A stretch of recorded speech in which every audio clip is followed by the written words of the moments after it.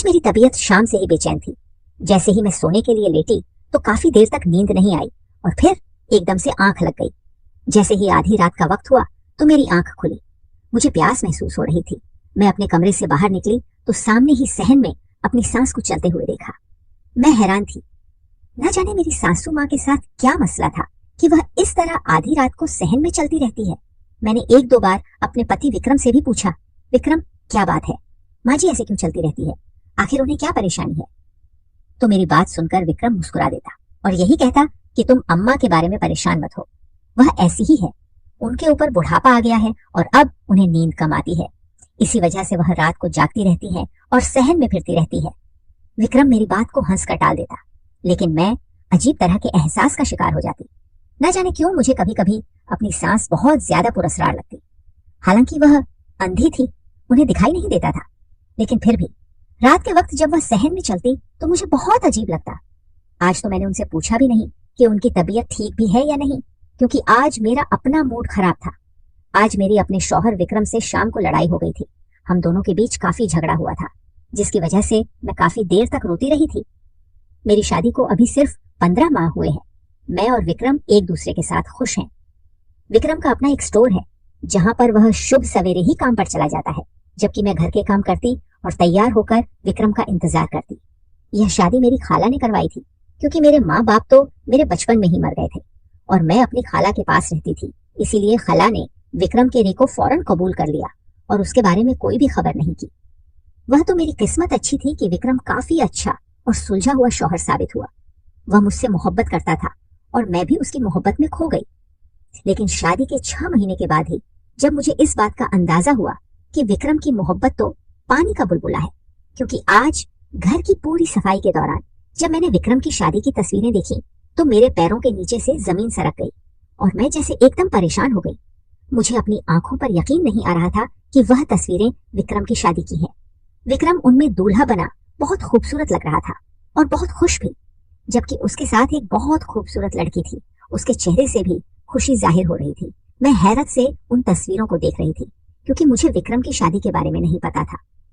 मैं नहीं जानती थी कि विक्रम पहले से शादीशुदा था। वह सारा दिन मेरा बहुत बेचैन और परेशान गुजरा था और मैं नहीं जानती थी कि मैं अब क्या करूंगी। रो रो कर मेरा बुरा हाल था। मुझे यूं लग रहा था जैसे मेरा घर बर्बाद हो गया है। लेकिन शाम को जब विक्रम आया और उसने मेरा उतरा हुआ चेहरा देखा तो पूछने लगा, राधा तुम्हें क्या हुआ है, तुम इतनी खामोश और उदास क्यों लग रही हो। विक्रम ने मुझसे परेशानी से पूछा तो मैंने उसकी शादी की तस्वीरें उसके सामने रख दी, जिन्हें देखकर विक्रम का रंग लाल पड़ गया और वह कहने लगा, राधा मैं तुम्हें सच बताता हूँ, तुम मेरे बारे में गलत मत सोचो। मैं तुम्हें बहुत पहले यह सच्चाई बताना चाहता था, लेकिन हिम्मत नहीं कर पा रहा था। विक्रम ने फौरन मुझे कहा तो मैं एकदम गुस्से से चिल्ला उठी और उससे कहा, विक्रम आखिर तुम कब मुझे सच्चाई बताना चाहते थे। जब मेरी और तुम्हारी शादी हो गई 6 महीने गुजर गए हैं, लेकिन तुमने आज तक कभी मुझे अपनी पिछली जिंदगी के बारे में कुछ नहीं बताया। आखिर ये लड़की कौन है, क्या वाकई तुम्हारी इसके साथ शादी हुई थी, और अगर हुई थी तो फिर वह लड़की अब कहाँ है। मैंने एकदम चिल्लाकर विक्रम से कहा तो वह कहने लगा, वह लड़की अब इस दुनिया में नहीं है, इसलिए मैं तुम्हें उसके बारे में नहीं बता रहा था, क्योंकि दिव्या का इंतकाल हो चुका है, वह मुझे छोड़कर जा चुकी है। विक्रम के लहजे में दुख था और मैं एकदम जैसे खामोश हो गई। मुझे यकीन नहीं आ रहा था कि वह हंसती मुस्कुराती खूबसूरत और कम उम्र लड़की अब इस दुनिया में नहीं थी। मैंने एकदम परेशानी से पूछा, विक्रम आखिर उसे क्या हुआ था, वह एकदम कैसे यह दुनिया छोड़ गई। मैंने विक्रम से पूछा तो वह कहने लगा, दरअसल दिव्या और मेरी शादी को अभी सिर्फ 3 महीने ही गुजरे थे, जब एक दिन सिलेंडर की गैस लीक के दौरान घर में धमाका हो गया और दिव्या का मौके पर ही इंतकाल हो गया। मेरे लिए यह सदमा बहुत बड़ा था, क्योंकि दिव्या पेट से थी और वैसे भी वह मुझे बहुत पसंद थी। लेकिन उसके चले जाने के बाद मैं काफी उदास और परेशान रहा और कितने अरसे तक खुद को घर में बंद रखा। फिर आहिस्ता आहिस्ता अपने काम की तरफ ध्यान दिया तो अम्मा ने मेरी उदासी को देखते हुए दोबारा शादी का फैसला किया और मेरे लिए तुम्हें चुन लिया। मैं पहले इसके लिए नहीं मान रहा था, लेकिन मैं अम्मा की खातिर मान गया और जब तुम्हें शादी के दिन पहली बार देखा तो अपना दिल हार गया और अपने दिल में तुम्हारे लिए मोहब्बत महसूस करने लगा। इसलिए मैं तुम्हें दुख नहीं पहुंचाना चाहता था। अगर तुम्हें दिव्या के बारे में पता चलता तो तुम उदास हो जाती, परेशान हो जाते, जबकि मैं ऐसा नहीं चाहता था। मेरी मजबूरी को समझो और मुझे माफ कर दो। ये मेरी पहली और आखिरी गलती है। आइंदा तुमसे कोई भी बात नहीं छुपाऊंगा। विक्रम के जवाब ने मुझे काफी हद तक सुकून कर दिया था, क्योंकि एक तो दिव्या भी इस दुनिया में नहीं थी और विक्रम भी मुझसे बेहद मोहब्बत करता था। लेकिन फिर भी मुझे इस बात का दुख था कि विक्रम ने मुझे धोखे में रखा और दिव्या के बारे में पहले नहीं बताया। हालांकि वह बात शाम को खत्म हो गई थी, लेकिन फिर भी मेरे दिल में विक्रम की तरफ से दुख था और मैं इसी बात पर उदास थी कि मेरा शौहर पहले से शादीशुदा था और उसके दिल में अपनी बीवी के लिए मोहब्बत थी। इसी परेशानी में मैंने खाना भी नहीं बनाया था। विक्रम खाना बाहर से ले आया था, क्योंकि मेरी सास कोई काम नहीं कर सकती थी। वह अंधी थी, उन्हें दिखाई नहीं देता था, इसलिए मैं उनसे कोई काम नहीं करवाती थी और ना ही वह करती थी। इस वक्त भी जब मैं विक्रम से लड़ झगड़ कर कमरे से बाहर आई तो मेरी सांस बाहर ही खड़ी थी। मुझे देखकर एक तरफ को चल पड़ी। मुझे अजीब सा एहसास हुआ। मैं नहीं जानती थी कि मेरी सांस अंधी कैसे हुई, लेकिन इस बात का मुझे अफसोस होता था कि माँ जी को नजर नहीं आता और वह छड़ी पकड़कर और काला चश्मा पहनकर घर में फिरती रहती है।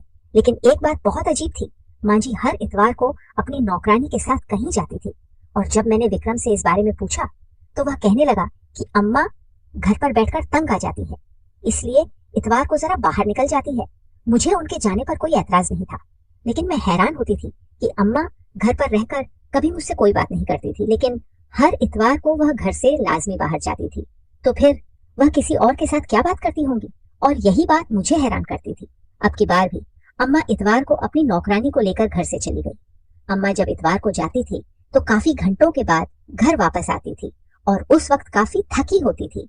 मुझे बहुत अजीब लगता कि अम्मा घर से बाहर क्या करने जाती हैं और फिर इतनी थकी हुई क्यों वापस आती है, जबकि अम्मा के मामले में विक्रम मेरी कोई बात नहीं सुनता था और ना ही अम्मा के बारे में ज्यादा बात करता था। आज भी इतवार था और अम्मा आज भी 10 बजे अपनी नौकरानी के साथ कहीं चली गई थी। मुझे भी घर का कुछ सामान लेना था, इसलिए मैं अम्मा के जाने के थोड़ी देर के बाद घर का सारा काम खत्म करके बाजार की तरफ निकली। मार्केट से कुछ सामान लिया और जैसे ही घर की वापसी की तरफ कदम बढ़ाए तो सामने ही अम्मा और उनकी नौकरानी जा रहे थे। अम्मा ऐसे चल रही थी जैसे कोई आम इंसान चलता है। ना तो उन्होंने काला चश्मा लगा रखा था और ना ही उनके हाथ में स्टिक पकड़ी हुई थी। मैं बेहद हैरान हुई और सोचा, अम्मा आखिर कहाँ जा रही है? आखिर वह चश्मा और स्टिक के बिना कैसे चल रही है? मैं बेहद हैरान हुई और उनके पीछे चलने लगी। मेरा इरादा उनका पीछा करने का नहीं था, लेकिन इस वक्त मुझे बेहद हैरत थी और मैं यह जानना चाहती थी कि अम्मा कहाँ जाती हैं और क्या करती हैं। तभी मैं उनके पीछे पीछे चलते हुए काफी आगे तक आ गई। अम्मा ने काफी रास्ता पैदल ही गुजार दिया था और अब वह चलते चलते जंगल में आ गई थी। मैं बेहद हैरान हो गई थी, आखिर अम्मा का जंगल में क्या काम है? अम्मा के पीछे चलकर मैं थक चुकी थी। मेरे हाथ में सामान था और पैर भी दर्द करने लगे थे, लेकिन मैंने सोच लिया था कि आज मैं अम्मा का राज्य जानकर ही रहूंगी, इसीलिए उनके पीछे पीछे जंगल में आ गई। अम्मा जंगल में आकर एक जगह पर बैठ गई। उनके हाथ में कुछ चीजें थी जो उन्होंने सामने रखी और आंखें बंद कर ली, जबकि उनकी नौकरानी उनके पीछे ही खड़ी थी। मैं हैरत से यह सब कुछ देख रही थी। मुझे अंदाजा हो गया था कि अम्मा कोई अमल कर रही है यकीनन हमारे घर की बेहतरी के लिए ही होगा। मैं अपनी सोच पर शर्मिंदा होती हुई वापस घर आ गई, लेकिन कुछ ऐसा था जो मुझे खटक रहा था और बेचैन कर रहा था। मैं नहीं जानती थी ये सब क्या था और आखिर आज मैंने अम्मा का पीछा क्यों किया। अम्मा तो काफी देर के बाद घर वापस आई थी, लेकिन मैंने उनके ऊपर जाहिर नहीं किया कि मैं उनका राज जान गई हूँ, क्योंकि मैं उन्हें यह बात नहीं बता सकती थी कि मैंने चोरी से उनका पीछा किया। लेकिन अम्मा जब घर पर आई तो उनके चेहरे पर चश्मा लगा हुआ था और हाथ में स्टिक पकड़ी हुई थी। इस बात ने एक बार फिर मुझे शक में डाल दिया था और मैं हैरान हो रही थी कि फिर अम्मा यह क्या ड्रामा कर रही है? क्या वाकई अम्मा अंधी भी हैं या नहीं? और यही बात रात को मैंने विक्रम से पूछ ली। विक्रम का मूड बहुत अच्छा था और इस वक्त वह मेरे साथ बड़े अच्छे अंदाज में बातें कर रहा था।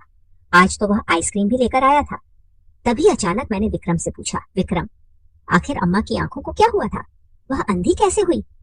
मैंने विक्रम से पूछा तो वह कहने लगा, दरअसल जब घर में गैस सिलेंडर की लीकेज की वजह से धमाका हुआ था तो दिव्या का इंतकाल हो गया था और मेरी माँ की उस हादसे में आंखें चली गई थी।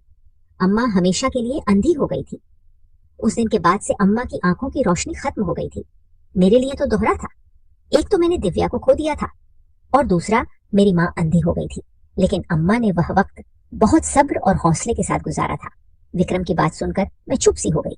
न जाने क्यों मेरे दिल में शक था कि अम्मा अंधा होने का नाटक करती है। वह अंधी नहीं है, क्योंकि कई बार मुझे उनकी नजरें अपने वजूद पर महसूस होती हैं और मैं जैसे अपने आप में ही सिमट सी जाती थी। अम्मा की गहरी नजरें मेरे वजूद के आर पार हो जाती और मुझे यूं लगता जैसे वह मुझे देख सकती है। और फिर उस दिन बाजार में भी अम्मा जैसे चल रही थी। वह इसी बात का इशारा था कि अम्मा को सब कुछ दिखाई देता है, लेकिन ना जाने क्यों अम्मा ने झूठ बोल रखा था और विक्रम भी उनकी सच्चाई के बारे में नहीं जानता था। इन्हीं दिनों में मुझे खबर मिली कि मैं प्रेग्नेंट हूँ और जल्द ही मेरे आंगन में एक बच्चा होगा। यह खबर सुनकर मेरी खुशी की कोई इंतहा नहीं थी, क्योंकि को 57 माह हो गए थे और अभी तक मैं एक बार भी हामिया नहीं हुई थी। यह खबर सुनकर विक्रम भी बेहद खुश था और उसके तो जैसे पैर ही जमीन पर नहीं टिक रहे थे, जबकि मेरी सासू माँ का अंदाज कुछ ठंडा सा लगा था, क्योंकि वह उस तरह खुशी का इजहार नहीं कर सकी थी जैसे मैंने सोचा था। वह यह खबर सुनकर खामोश हो गई थी और फिर कहने लगी, खुश रहो, और अपने किसी काम में मशगूल हो गई। अम्मा का यह अंदाज मुझे अच्छा नहीं लगा था। हमारे घर की पहली खुशी थी और अम्मा का यह अंदाज देखकर मेरा दिल मुरझा गया था। तब मैंने विक्रम से इस बात का शिकवा किया तो वह कहने लगा था, अरे राधा, तुम क्यों परेशान होती हो? अम्मा ऐसी ही है, उनका मिजाज ऐसा ही है। वह पहले तो हमेशा खुश होती थी, लेकिन जब से उनकी आंखें अंधी हुई हैं, तब से उनका मिजाज बदल गया है और वह चुप चुप सी रहने लगी है। तुम ज्यादा महसूस मत किया करो, और वैसे भी अब तुम जिस हाल में हो तुम्हें खुश रहना चाहिए, न कि ज्यादा बातचीत करनी चाहिए और सोचने से बचना चाहिए। विक्रम ने मेरा ध्यान दोबारा उस खबर की तरफ लगा दिया जिसे सुनकर हमारी दुनिया बदल चुकी थी। विक्रम की हिदायत थी कि ज्यादा काम नहीं करना और आराम करना है, लेकिन मुझसे भी टिक कर बैठा नहीं जाता था और मैं घर के कामकाज करने लगती थी। एक दिन इसी तरह जब मैं काम कर रही थी, तभी मुझे बाहर किसी की आहट महसूस हुई। मैंने किचन से बाहर निकलकर देखा तो अम्मा अपने कमरे में दाखिल हो रही थी। मैंने ज्यादा महसूस नहीं किया और अपने काम में लग गई। काम खत्म करके जब किचन से अपने कमरे की तरफ जाने लगी तो एकदम से मेरी नजर जमीन पर पड़ी, जहां पर तेल गिरा हुआ था। मैं वह तेल देखकर हैरान रह गई थी और डर गई थी, क्योंकि मैं हाम थी और अगर मैं उस तेल के ऊपर पैर रख देती तो शायद फिसल कर गिर जाती और अपने बच्चे को खो देती। एकदम खौफ की लहर मेरे वजूद में दौड़ने लगी। मैं उस तेल से बचकर अपने कमरे में आ गई। मुझे इस बात की हैरत हो रही थी कि वह तेल वहां पर कैसे आया, जमीन पर उसे किसने गिराया? क्या अम्मा ने ऐसा किया था? क्योंकि आखिरी बार अम्मा को ही मैंने वहां से गुजरते देखा था, लेकिन नहीं, वह ऐसा क्यों करेंगी? मैं तो उनके बेटे की औलाद पैदा करने वाली हूँ, तो फिर अम्मा ऐसा क्यों चाहेंगी? वो मेरे बच्चे की दुश्मन क्यों बनेंगी? बहुत सारी सोचें मेरे दिमाग में घूमने लगी और मैं उनमें से किसी का भी जवाब नहीं जानती थी। मैंने यह बात विक्रम से नहीं की थी, क्योंकि मैं उसे परेशान नहीं करना चाहती थी। वह अपने बच्चे के मामले में बहुत खुश था और अगर मैं उसे यह सब बताती तो शायद वह यकीन नहीं करता और मुझ पर ही गुस्सा हो जाता। वैसे भी मेरे पास इस बात का कोई सबूत नहीं था कि यह तेल अम्मा ने गिराया था। इसी तरह कुछ दिन गुजर गए। मैं पहले से काफी मोहता हो गई थी। मैं अब काफी देखभाल कर चलती थी, क्योंकि मुझे अब अम्मा से डर लगने लगा था। लेकिन एक दिन जब मैं नहाने गई तो एकदम से मेरा पैर फिसल गया। मैं गिरने लगी थी कि मेरे हाथ में दरवाजा आ गया और दरवाजा को पकड़कर मैं बच गई। एक लम्हे के लिए यूं लगा था जैसे मेरी जान निकल गई हो। मैं चकरा कर रह गई थी। मेरी नजर जब जमीन पर पड़ी तो देखा कि सारे रूम में फर्श के ऊपर शैम्पू गिरा हुआ है। ये देखकर मेरी आंखों में आंसू आ गए और अब तो मुझे इस बात का पक्का यकीन हो गया था कि अम्मा ही मेरी दुश्मन है और वह नहीं चाहती कि यह बच्चा इस दुनिया में आए। मैंने भी सोच लिया था कि अब मैं विक्रम को सब कुछ बता दूंगी और अम्मा की सच्चाई सामने लेकर आऊंगी। लेकिन विक्रम को बताने की अभी नौबत ही नहीं आई थी कि किचन में जब मैं काम करने के लिए गई तो गैस की स्मेल को महसूस किया। अम्मा की हरकतों की वजह से मैं अब मोहता रहती थी, इसीलिए किचन में दाखिल होते ही मुझे गैस की स्मेल महसूस हो गई और मैंने एक नजर चूल्हे की तरफ देखा तो उसका बर्नर ऑन था और गैस लीक हो रहा था। एक लम्हे के लिए मैं कांप कर रह गई थी।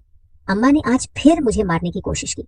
अगर कहीं बेध्यान में मैं आकर चूल्हा जला देती तो मेरा भी वही हाल होता जो दिव्या का हुआ था। मुझे अब अंदाजा हो गया कि दिव्या को भी अम्मा ने ही मारा था, क्योंकि वह भी पेट से थी और शायद अम्मा नहीं चाहती कि विक्रम की औलाद पैदा हो। मैं इतनी डर गई कि खुद को अपने कमरे में बंद कर लिया और विक्रम के आने तक दरवाजा नहीं खोला। विक्रम जब घर आया तो मुझे कमरे में इस तरह बंद देखकर परेशान हो गया और कहने लगा, राधा, क्या हुआ? तुम्हारी तबीयत तो ठीक है, तुम ऐसे क्यों बैठी हो? मेरे चेहरे पर आंसू थे, आंखों में एक समुंदर था। विक्रम की हालत मेरी हालत देखकर गैर होने लगी और तभी मैंने विक्रम को उसकी माँ की सच्चाई के बारे में बता दिया, जिसे सुनकर वह एकदम शॉक में चला गया और कहने लगा, राधा, तुम मेरी बीवी हो, मेरे बच्चे की माँ बनने वाली हो, लेकिन इसका यह मतलब नहीं कि तुम जो कहोगी मैं उस बात का यकीन कर लूंगा। आखिर तुम्हारे पास क्या सबूत है कि मेरी माँ ने तुम्हारी जान लेने की कोशिश की है? और तभी मैंने उसे आज गैस लीकेज के बारे में बताया, और उसके अलावा अम्मा ने जो तेल गिराया था वह सब कुछ विक्रम को बता दिया। यहाँ तक कि मैंने उसे कहा, विक्रम, अम्मा ने ही दिव्या को मारा है और अम्मा अंधी नहीं है, वह सब कुछ देख सकती है। अम्मा अंधा होने का नाटक करती है। अगर तुम्हें यकीन नहीं है तो नौकरानी को बुलाकर पूछ लो। मैंने रोते हुए विक्रम से जब यह कहा तो वह चंद लम्हों तक मेरी तरफ देखता रहा और फिर एकदम उठकर कमरे से बाहर चला गया। विक्रम ने जब अपनी माँ से यह सब कहा तो अम्मा ने फौरन इस बात का इकरार कर दिया था। अम्मा रोने लगी थी और कहने लगी, विक्रम, मैं तुझे खोना नहीं चाहती थी, तू पहले दिव्या को बहुत प्यार करने लगा था, और फिर जब राधा आई तो तू उसे भी बहुत चाहने लगा। मुझे यूं लगा कि जब तेरा बच्चा इस दुनिया में आएगा तो तू मुझे बिल्कुल भूल जाएगा। मैंने तुझे बहुत मुश्किल से पाला है, लेकिन मैं नहीं चाहती थी कि तुम मुझसे दूर हो, इसीलिए मैंने यह सब किया। अम्मा की बातों ने विक्रम के होश उड़ा दिए थे, वह जो पहले सिर्फ इस खुशफहमी में था कि शायद यह सब झूठ हो। अम्मा के मुंह से सब कुछ सुनकर उसे समझ नहीं आ रही थी कि वह अब आगे क्या कहे, लेकिन विक्रम का दिल बुरी तरह टूट चुका था और वह अपनी माँ की इन्हीं हरकतों की वजह से अंदर से खाली हो गया था। तभी चुपचाप उठकर मेरे पास आ गया और मेरी गोद में सर रखकर रोने लगा। अगला दिन हमारे लिए एक नया सूरज लेकर तल्लू हुआ था जब विक्रम ने काम से छुट्टी की और मुझे कहने लगा, राधा, अपना सामान बांध लो, हम आज से एक नए घर में जा रहे हैं। विक्रम की बात पर मैंने हैरानी से उसे देखा और कहा, हम यह घर क्यों छोड़ रहे हैं? ये तो अच्छा भला है। जबकि वह कुछ नहीं बोला और मुझे सामान बांधने का कहकर घर से चला गया। 1 घंटे के बाद जब वह वापस आया तो मैंने काफी हद तक पैकिंग कर ली थी। विक्रम ने भी अपना कुछ सामान रखा और तभी कमरे से चला गया और जाकर अपनी माँ से कहने लगा, अम्मा, आपने सारी जिंदगी मुझे मोहब्बत दी और मेरी अच्छी तरबियत की, लेकिन मेरी मोहब्बत में आपने अच्छे बुरे की तमीज को भुला दिया और किसी की जान ली। मेरी बीवी और बच्चे को जान से मार दिया और अब राधा और उसके बच्चे की भी दुश्मन बनी हुई है। मैं अब यहाँ पर नहीं रह सकता, क्योंकि आपको हमेशा यही डर था कि कहीं मैं आपको छोड़कर ना चला जाऊं, और अब आपका यह डर आपकी हरकतों की वजह से सच होने जा रहा है। मैं राधा को लेकर कहां से जा रहा हूँ, क्योंकि मुझे अपने बच्चे की परवाह है और उसकी जान की हिफाजत करना मेरी जिम्मेदारी है। आप अब इस घर में अकेली रहे और अपनी गलती और गुनाह पर तौबा करें। यह कहते हुए विक्रम ने कदम बाहर की तरफ बढ़ाए, जबकि अम्मा रोते हुए उसे रोकने लगी, लेकिन विक्रम ने साफ मना कर दिया और कहा, अब से आपकी यही सजा है कि आप मेरी शक्ल को भी तरस जाएंगी। आपने मेरे साथ अच्छा नहीं किया और इतना अरसा मुझसे झूठ बोलती रही, और अब भी मुझे आपकी किसी बात पर यकीन नहीं आएगा, इसलिए बेहतर यही है कि मैं यहाँ से चला जाऊं। यह कहकर विक्रम मेरे पास आया और अपना सामान उठाया और हम एक नई मंजिल की तरफ चल पड़े, क्योंकि विक्रम अपनी माँ की सच्चाई जान चुका था और उसे इल्म हो चुका था कि उसकी माँ उसकी जिंदगी में क्या कुछ करती रहती थी। दोस्तों, उम्मीद करती हूँ आपको हमारी कहानी पसंद आई होगी। कहानी पसंद आई है तो वीडियो को लाइक करें, चैनल पर नए हैं तो चैनल को